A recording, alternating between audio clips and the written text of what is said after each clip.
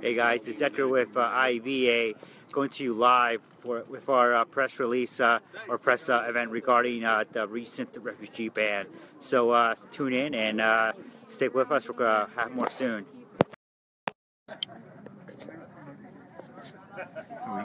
Here you see we're lining up here. Hey, Jazz.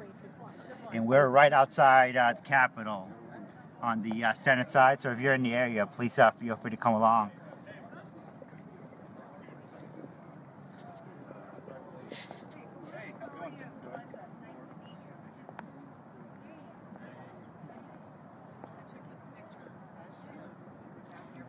Got another month or two, so I just told you him coming home. Yes, yes.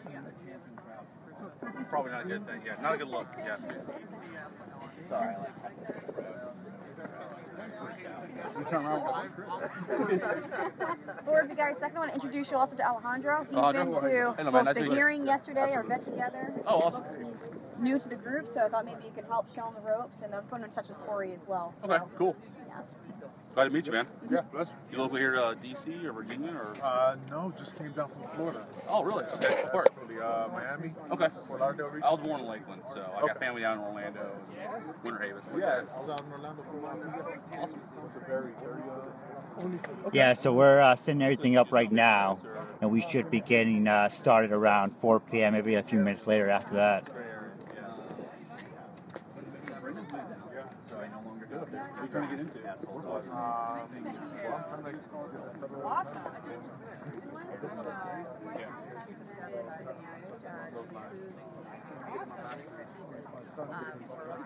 Oh, really? You got any secret? Yeah. Okay. I was a Navy receiver a few years ago. I was a paramedic here. That's the latest one. I just saw that mistake. All right, guys. Right here we have one of our allies from back a few years ago when we were fighting the Sejoga, fighting for Sejoga Act for firefighters. Can you tell us a few words on that? Yeah, sure. My name is Lee Boswell. I'm a retired Fairfax County firefighter, and I got hooked up with the IAVA when we were working on the Sejoga 9/11 healthcare bill. You guys were here for us 100%. You wrote press releases, you attended our press conferences, you walked the halls of Congress with us, side by side with John Field and the Feel Good Foundation out of New York and the IFF members. And I just wanted to repay the favor, and I'm glad to be here. Yeah, so Sejoga Act, well, that was not an issue that directly affected post-9/11 veterans. You know, of course, the first responders, they were there for us on 9/11, so we felt compelled to, fight for them, and we won in the end. Hey, let me talk to you folks for a second. Sorry. And here we have our CEO and founder, Paul Reich. Is it facing me or is it facing you? All right, good to see everybody. Thanks for tuning in. If you're watching live, share this with your friends right now. This is an important day for us. A lot going on in D.C. We had the Senate Veterans Affairs confirmation hearings yesterday for Undersecretary Shulkin, who will likely be confirmed here Tuesday now. But today we're here to stand for our Iraqi brothers and sisters, the ones that fought alongside of us on the battlefield and have now had America's front door slammed in their face. Some good news that we'll talk a little bit more about at the presser in a second, but not enough. We still got more to do. So we got vets from all over the place here, different organizations, the American Legion, Vietnam Veterans of America, and others are all showing up today to show their support for our Iraqi allies that are right now facing already a difficult enough task. I want to stop for a minute because we have a special guest. This is Leo Shane. If you're a veteran or active duty and you are on the internet, you probably know about Leo Shane. He's actually the best reporter in the veteran space. Has been for many years. If you're not following him on Twitter, it's at Leo Shane. He's been on this beat for many years. So if you want to know what's happening on Veterans Affairs, you want to follow Leo Shane. He's now at Military Times, and they're doing a lot of good work. I give you a lot of crap every day. I gotta send you the check now. No, man. I mean, he's a Phillies fan. That's what I told him. I thought this was a Giants scarf, but it's actually a Phillies scarf. Can you just, real quick, Leo, you and I talk all the time, but what's it like being a vets reporter? What's it like being on You this know, beach? it's frustrating sometimes because so few people actually pay attention to it. I mean, you know this. There's a high learning curve. There's a lot of these issues that you've got to stay on top of, and you know, there's a lot of my colleagues who just don't know it. So there's a handful of good ones. We're getting some new people, getting a lot of new interest with the new administration. But still, you know, we'd like to see a lot more people. I'd like to see more competition. Makes it easy for me if I'm the only one writing it. But I'd like to see more competition because you know, these are the stories that people should be reading about. What happens after the war? What happens? How do we keep faith with the promises that were made? And how look, VA is a $180 billion agency. I don't know why there's not more reporters keeping track of that money. So on that note, I got one question for you, and then we'll come back to that issue of coverage. You're great on Twitter. You have any idea what percentage of the folks that are following you and reading your stuff are actually deployed overseas? It's got to be a pretty high percentage. I get a lot of emails from folks who are overseas. Twitter, it's a little tougher to tell. People are bouncing all around. A lot more vets in my Twitter feed than that. But I still get a fair amount of mail from guys overseas. And when I was with Stories of Strength before this, that was one of the most refreshing things. I mean, I've had enough jobs. I've had angry housewives, write notes. Oh, I can't believe you're doing this. I get a note from a guy who's in Afghanistan and says, I don't understand my GI Bill. I can call you guys and help him out. That's a pretty rewarding day. So. What's what do you think the future is? For a while, it seemed like the veterans beat was contracting, and there were less veterans reporters. Now there are a lot of others. There are guys like Ben Kessling at the Wall Street Journal. You've got Quill Lawrence at NPR. So many others. And you got Nikki from Stars and Stripes. Nikki from Stars and Stripes is here. But what's the future look like? Do you think there's going to be more investment in the veteran space, or is there going to be less going to the new? You know, I've seen enough coverage that I think folks are paying attention. You see the Post doing stuff, you see the Times doing stuff. So there's definitely interest there. The question becomes, what's the need and where do we shift? There's still a lot of places that have bloated defense reporters. Right. And at some point they've got to shift over. They got to say, look, we don't have the same level of wars, we don't have this. But VA is a huge bureaucracy that's worth following. Everybody can hear us out there with the wind and everything, Edgar? All right, I'm going to let Leo go. This is a great opportunity for me to actually ask him questions for once, because he's been asking me questions for over a decade. Anytime. But I mean it, man. We appreciate you joining us. He's a great reporter. If you're not following him, go to Military Times. Check him out on Twitter. And just check it out. Folks are coming in now. We're going to get started in a couple minutes. We've got our research team is here, our field team, organizations from all across D.C., veterans from all across the country. This is the unity of the veterans community. So that's Allison Jaslow, our chief of staff. She's like the sergeant major out here, so she's going to make stuff happen. But stay tuned. Edgar, thank you for filming. Afterward, if we've got some time, we'll take your questions. But you're going to hear from a couple speakers today and hear about why this issue is so important to veterans across the country. Go to IAVA.org, follow us on Twitter, and stay tuned now for our little press event. Thank you. All right, guys, we'll be starting in a few minutes, so just stay tuned and enjoy the scenery. So right here in front of us is actually the Supreme Court. So if you're in D.C., you now know where it is. It's right across from Capitol. Here we go. We're starting to form up little by little.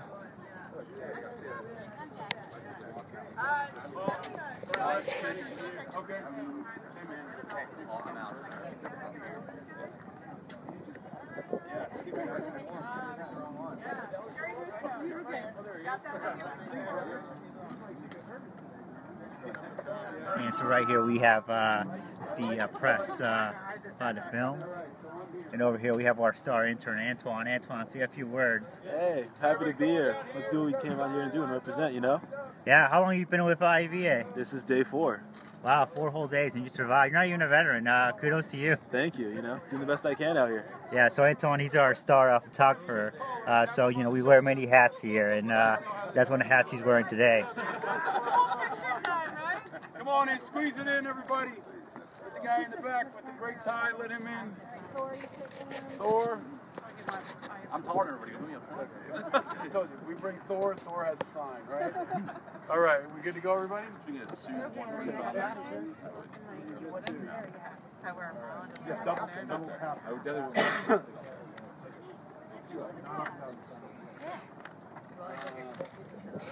we good to go, everybody? We good? I think we are. Okay, all right.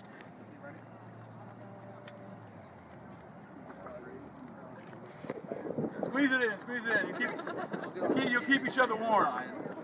All right, everybody. My name's Paul Rykoff. I'm the CEO and founder of Iraq and Afghanistan Veterans America. I'm an Iraq veteran myself. I want to thank you for coming out today on a cold day. This is a very, very important time for our country. It's been a busy week for Veterans Affairs. Our organization's been really trying to engage on Veterans Affairs when nobody's really paying attention. A lot of folks are looking at what's going on around the world, and yesterday we had a confirmation hearing for the VA Secretary, Undersecretary Shulkin. Didn't get a lot of media attention. Very, very important issue. One of the largest agencies in the federal government, 300,000 employees, $180 billion budget. But there wasn't a lot of coverage, so I appreciate everybody coming out today, especially our friends in the media. We're also talking to our Facebook Live page, IAVA members tuning in from around the world. We're here today for a very important issue. I've been doing this work for about 13 years, and I know when something hits our members hard, because I hear about it right away. And as soon as the travel ban was put into place, my email box and my Twitter started lighting up with veterans from around the country, with active duty folks who said, what about our friends? What about our Iraqi interpreters and allies that stood with us on the field of battle? This is not right. They have stood up with us, they've bled with us, they've fought with us, and America is effectively turning our back on them. It's a broken promise. It also is bad for our national security. If you're a young infantry person on the ground in Iraq right now trying to move the ball forward, trying to do your job, you've probably got an Iraqi standing next to you. That's a brother in arms, a sister in arms with you. And when that Iraqi hears that America will not protect him or her, they're going to have second thoughts about standing with America. And they're also going to have second thoughts around the world if you're standing alongside troops. So it's a very, very important message that America has to protect those who stand with our troops. So I've been hearing a lot from folks around the country. This is very personal for me as well. I was an infantry officer in Iraq. I had 3 interpreters. One of them's still in Iraq, and frankly, I don't know where he is or if he's even alive. 2 of them came to the U.S. Isan Pasha is in Connecticut, and he's an artist. He's thriving. He's doing well. And he's an incredibly brave guy who stood alongside me when I was in Iraq. And Mohammed Amomayez is in Nashville. He's got 2 kids. He's built a family here. He got shot at. He got roadside bombs at him. Everything that we went through, he went through for an entire year. And thank God he made it to the U.S. He's safe here. But we don't know what's going to happen to the next guys. We don't know what's going to happen to them. So it's very important that we stand with our brothers and sisters who put their lives on the line for our American troops. I also want to address another point. There's a lot of confusion out there. Folks are asking us, does this impact Afghanistan too? Afghanistan was not on the list, but we need to have a message to our troops in Afghanistan. We need to have a message to the world about what to expect regarding Afghanistan and any other country, frankly, where troops are deployed around the world. Before I throw it over to a couple of speakers, one of the best voices on this is Kirk Johnson, who runs the LIST Project. If you're not familiar with Kirk Johnson, follow him on Twitter. He's a true American hero who's been helping our allies for many, many years. There's kind of an underground railroad of allies, of State Department workers, of veterans who helped their Iraqi brothers and sisters make it out of the war zone. And Kirk has really been spearheading that charge. And he's helped educate us and the State Department and the country on how important this issue is. He's got a list, literally thousands of people who will die if they don't get protected. We know about the breaking news that says that SIV visas will now be exempt. That's a good first step, but that doesn't go far enough. P2 visas need to be included as well. Lots of interpreters are coming in under P2 visas. You'll hear more about that from the other speakers. This is a good step. We're glad that the White House listened to us, and we hear from a lot of folks inside the Pentagon, some of whom can't talk on the record, but feel very, very upset about this and feel like there needs to be a message. There's a really important line that's going around the Pentagon that says extreme vetting is the word that this travel ban uses, the way they term it, extreme vetting. Extreme vetting is standing with American troops in combat. That is extreme vetting. That shows your commitment to this country and to our troops, and we need to remember that for all the folks coming back. So I'm going to pass it over to Matt Zeller first. He's been a great advocate for us. He'll tell you about his work and his organization. I also want to note this is an alliance of many different organizations. We've got the VVA here, Vietnam Veterans America. I think we've got the American Legion and others. This crosses generations. It's about our veterans. It's about our national security. And it's about the brotherhood and sisterhood of being veterans. So I'm going to pass it over to Matt Zeller to say a few words. Matt? Thanks, Paul. Really appreciate it. Give it up for Matt, guys. Thank you. Thank you. My name is Matt Zeller. I'm the CEO and co-founder of No One Left Behind. The only reason I'm standing here even talking to you today is because my Afghan Muslim translator saved my life in the war when he shot and killed the 2 Taliban fighters who were about to kill me in a battle 9 years ago. Now, I fought for his visa for 5 years, and in that process, I learned just how difficult it was to get these people here and how little our country did for them. So what our organization does is, for the last 4 years, we've helped over 4,000 people get their visas. And thanks to partnerships with wonderful organizations such as the International Refugee Assistance Project, which are all those great lawyers you're seeing around the country and the airports volunteering their time, and another fabulous organization, Veterans for American Ideals, which is helping to organize and rally vets to the cause, because veterans actually are the best advocates that we possibly have for translators to get their visas from the federal government. In addition, we help house them when they get to the United States. We'll actually pay for their housing for up to 90 days. We furnish their home at no cost to them. We'll get them a car and a job, as well as an American family to help mentor and guide them. We're in 8 cities around the country. I encourage people to check us out at nooneleft.org. Now, in response to the breaking news of the lifting of the travel ban on SIVs, I want to echo Paul's comments. These people, simply put, didn't have a couple of days for bureaucratic ineptitude to wait. The very people that we asked them to help us stand up and fight against are hunting them down and killing them. And the effect, if we do not keep this promise, will be that no one will ever stand with us in future wars. And if that had been the environment that I had faced when I went overseas, I wouldn't be here right now, because my translator would have never stand up to fight. What I'd like to ask the Congress today is to pass the No One Left Behind Act that we're here they're working on. What we would like it to do is to codify into law a permanent exemption for SIVs from Iraq and Afghanistan, to fast track and expedite all of the backlog of the 12,000 remaining applications that currently exist in the system, and to designate them as honorary veterans, something that we did in World War II for all of the Filipinos who fought with our forces in the South Pacific. It's about time America stands with these people. Quite frankly, they're veterans. They deserve to be home with their fellow brothers and sisters who are standing today in honor and in name for them, because they can't be here with us. Thank you very much. Thank you, guys. Thank you, Matt. I just want to read a message, too, from Kirk Johnson, because he really is the expert here. And he says, you can't recognize SIVs as vital to the interests, but not P2s. That needs to be hammered home. I think there are some folks in the White House who may not even know about P2s. So if you're here in the media, if you're in the press corps and can ask them, hey, what about P2s? We are very, very interested to hear their response. They're also, they were issued through the U.S. Refugee Admissions Program. So those visas were part of the Kennedy legislation, specifically designed for Iraqis who worked as interpreters, contractors, etc. The vast majority of the Iraqis that come to the LIST project come in as P2s. They're dealing with P2s right now who can't board planes with visas they have, despite undergoing exhaustive vetting. So people's lives are in danger right now. And that's a message that we want to ram home. Scott Cooper is here. He's been a great voice for so many veterans. I'm proud to pass the mic over to him now. Give it up for Scott. Thanks, Paul. Thanks, Paul. So, my name is Scott Cooper. I'm the founder of Veterans for American Ideals, which is a project of human rights first. And we go back a long way with Paul. When I was still on active duty, some of our legal team helped in one of the cases of his interpreters to come to the United States. So thanks for what you're doing on this, Paul. I just want to emphasize one of the points that he made about this SIV carve-out. It's insufficient, and this executive order harms our national security. I'll give you 2 quick examples. One is a guy who I'll call Ahmed, that was the guy that cleaned the toilets and the showers in Iraq every single day.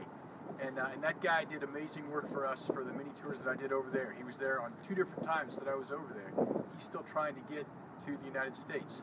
He's one of those P2 direct access programs. Does that mean that because he did the job that he did and was not an interpreter that he shouldn't be eligible to come to the United States? I would submit not, because he did just as much and he's in just as much danger as someone that served as a translator or interpreter for us. Another story I want to tell you is that of Chase Millsap, who's one of the leaders with No One Left Behind. Chase's captain, who was an Iraqi Army captain that he fought alongside in Iraq, is not eligible under this special immigrant visa program. And as Chase was fighting with that Iraqi captain, you know, the conversation went something like this: we're brothers in arms. I hope someday that you can come to America and I can welcome you into my home and we can break bread together. And I've heard from many, many friends over there that are serving in Iraq today that had those similar conversations, and the Iraqi captain says, I think not, inshallah. And so we hope that we send a different message today by doing more than just having this SIV carve-out. So thanks, Paul, for organizing this, and we hope that we'll have a change here. Thank you. Thank you, Scott. I would be remiss if I didn't thank Leo Shane for bringing his new television show here to the press conference. But seriously, I want to thank Leo and so many of you that cover these issues when a lot of folks don't. Really appreciate the folks in the media being here. I'm going to pass it over to Chris Goldsmith in a second. Important to note that one of the first voices to come out on this was the Vietnam Veterans of America.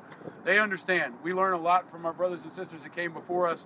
They've been mentors and big brothers to us, and now Chris Goldsmith, who's been a great advocate for IAVA, is over there bringing fuel injection to what they do, and is really out in front.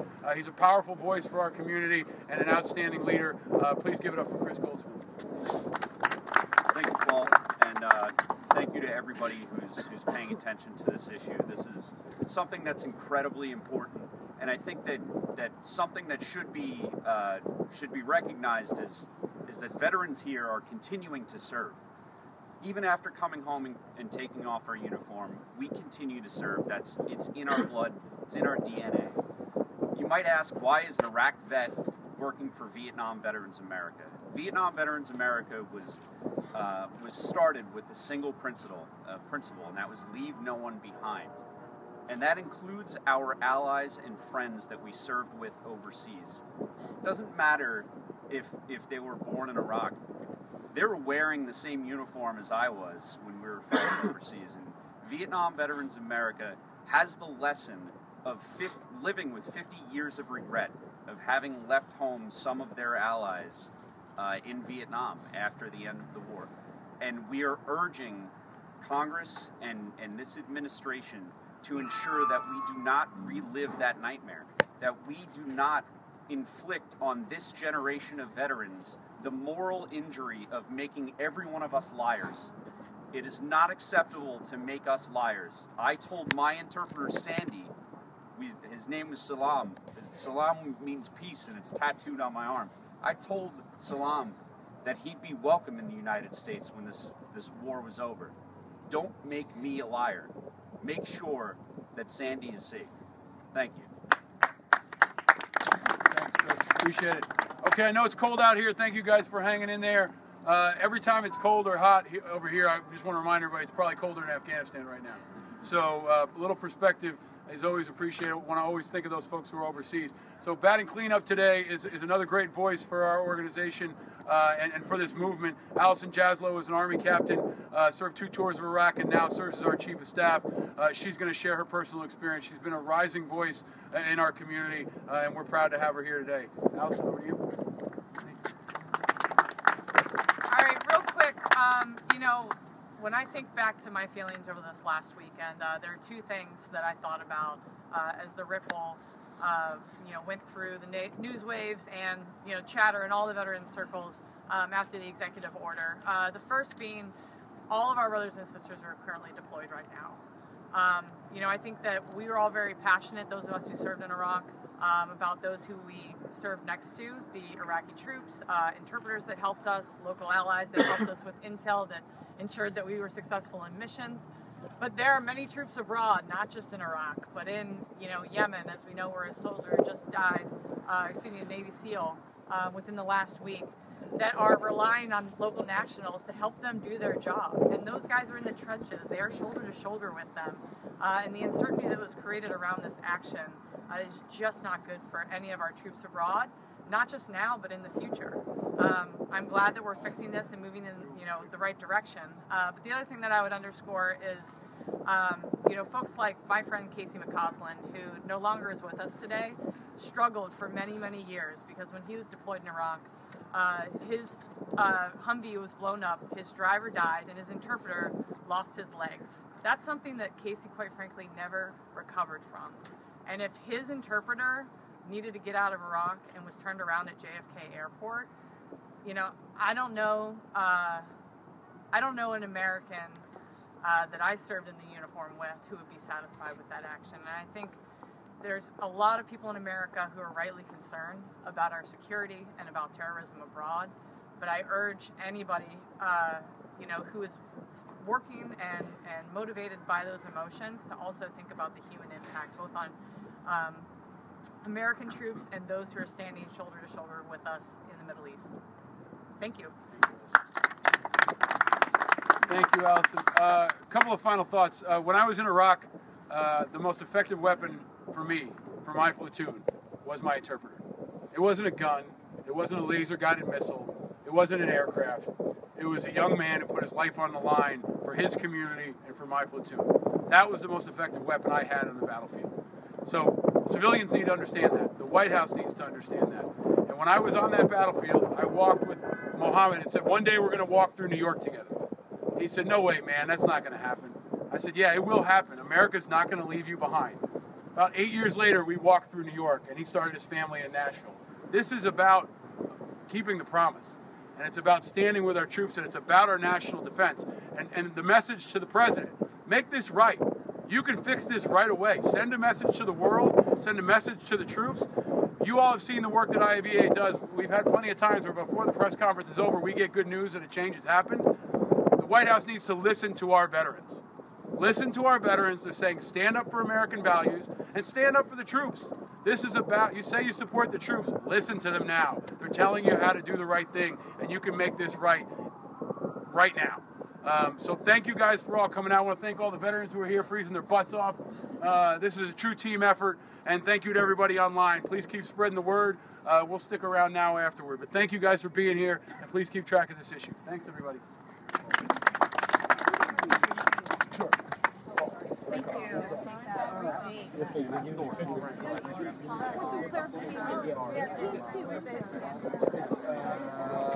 I think it's a classification. Oh, hey, where's the two stand for? Priority 2? I think it is. I want to get the right answer for you. Hey, what does P2 actually stand for? Is it priority 2 or priority 2? Yeah. Yeah, sorry. We didn't know that. Let's get Zeller.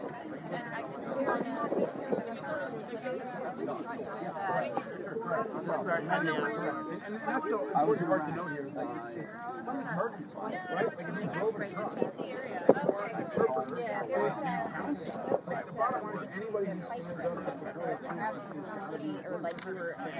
I've got before. Okay. No, I was Indiana for a while, but yeah, I'm out here as a defense contractor. Okay, great.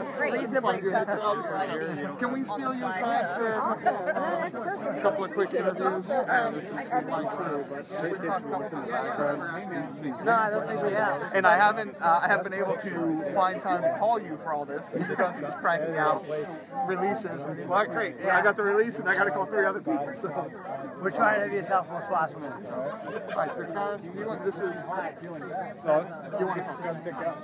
Well, first what we're going to do is we're going to white balance again because the light changed. Okay. Yeah. So if you would do me a favor and hold this in front of your face. Do you want to move somewhere? Is this still a good spot for you? Or? It's still good because it'll be good background because there's still people here. We know that for sure, right? And this is like pulling a bulletproof vest off of somebody, right? It's like pulling off a force field. Like they're hanging out there on their own right now. And the president's not clarifying. The president has to stand up and say, if you stand with America, we will stand with you. If you put your ass on the line, we will have your back. That's what we've always said as Americans. So this is in conflict with history, with good national security, and it's also impacting morale. This is not good for morale, and especially because it's so convoluted and complicated. What do you want President Trump to do? We want him to create the same exemption he just did for SID visas for P2s. Anybody who stood with us needs to be exempt, right? Put them. There is no more extreme vetting process than standing with Americans in combat. That is extreme vetting. There's a bill There's a No One Left Behind bill that they have the details on they can talk about, but they created this travel ban through executive order, and they just created an exemption. And there's another piece too. There are a lot of people in the Pentagon who are pissed off about this. You can't talk. Maybe they'll talk to you off the record. Maybe they'll, but this is sending shockwaves, and it makes the president seem out of touch with our military. It makes him seem like he doesn't get it. So now he has a chance to fix it. He needs to act quick. And your name again for the Paul Rykoff. Yeah. And you're with? Iraq and Afghanistan Veterans of America. Okay, thank you so much, sir. Thank you. Oh, I'm sorry. Thank you for coming. What we'd like it to do is codify into law the exemption for SIVs coming from Iraq and Afghanistan, to place them at the front of the line, to expedite the processing of the 12,000 plus remaining applications that have been in the backlog now for years, and to declare these people to be the honorary veterans that they are, which is something that we did back in World War II for over 250,000 Filipinos who fought so valiantly and bravely with our forces then. These people are American veterans. They deserve to be here today with their fellow brothers and sister veterans behind me. Now, suppose this does not get passed into law. What happens to these veterans without their interpreters? Well, quite simply put, if they don't get their chance to come to the United States, they're dead. It's a death sentence for them. The very people that we asked them to help us fight are now hunting them down and killing them.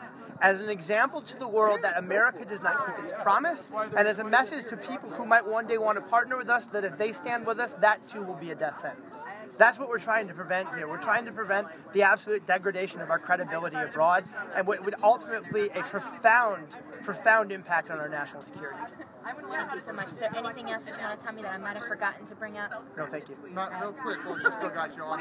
Yep. Just talk about the damage this has done so far. Talk about that a little earlier. So, all right, well, first off, these people don't have days to wait for bureaucratic ineptitude to sort itself out.